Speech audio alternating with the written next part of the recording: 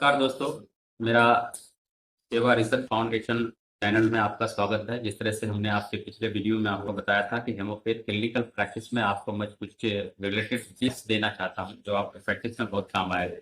तो जैसे मैं बताया, आपके पास अगर आता है तो आप उसको डिफरेंशिएट करना आपको बहुत जरूरी हो जाता है। अगर एक्यूट कंडीशन में आता है तो आप उसको डिफरेंशिएट कैसे करेंगे? तो डिफरेंशिएट के लिए जो मेजरमेंट दूंगा, मेजरमेंटिक टिप्स यूँ होता है कि अगर पेशेंट में स्वेलिंग है, पेन है, रेस्टलेस है और इस तरह की अगर आपको सिम्टम नजर आती है तो आप उसको सॉरी कैटेगरी में रख सकते हैं। दूसरी, अगर आप वो सब अक्यूट में आता है, सब अक्यूट इन द सेंस कि उसमें डिपॉजिट होगा, डिपॉजिट जैसे किडनी स्टोन भी हो सकता है, ठीक है, या फिर कहीं पे उसको ट्यूमर भी हो सकता है, कहीं पे कुछ भी हो सकता है, मसल्स में स्पैम हो सकता है। तो इसमें क्या होगा, उसमें डिपॉजिट होगा, तो डिपॉजिट में आप उसको साइकोटिक में रख सकते हैं। और साइकोटिक, जब एंटी साइकोटिक माइजम, जब जब तक आप उसको प्रिस्क्राइब मेडिसिन नहीं कीजिएगा एंटी साइकोटिक, उसमें मेडिसिन काम बहुत ही रेयर केस में काम करती है। तीसरी है सिफिलिस।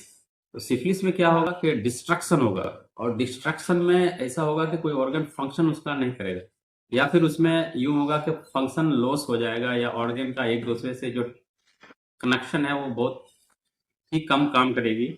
तो उसमें आप सिफिलिस कह सकते हैं, और वो सिफिलिस माइजम आपको कवर किए बिना आप उसको एंटीसिफिलिटिक मेडिसिन आप लिखेंगे तभी वो मेडिसिन उसमें काम करेगी। तो इसी तरह से जो है पेबल प्रैक्टिस में काम होता है। और उससे पहले आप स्टार्टिंग, अगर इनके ग्राउंड से आता है एलोपैथ मेडिसिन लिखा दें, नक्स भोगिता में होता क्या है कि ये जो मेडिसिन, जो डिजीज ऑफ फिक है उसको तोड़ देता है मैक्सिमम, क्योंकि ये पॉइजन मेडिसिन है। आप उसको पोटेंसी यूं यूज कर सकते हैं जिस तरह से उसका एज है उसी हिसाब का। कोई बच्चा आता है तो आपको उसके हिसाब से 30 में 200 में, फिर अगर उससे आप उसके हिसाब से, वो आपके प्रैक्टिस पर डिपेंड करता है कि आप किस तरह की पोटेंटाइज या फिर पोटेंसी यूज करेंगे, ठीक है। उसके बाद हम एंटीमाइजेमेटिक मेडिसिन यूज करेंगे।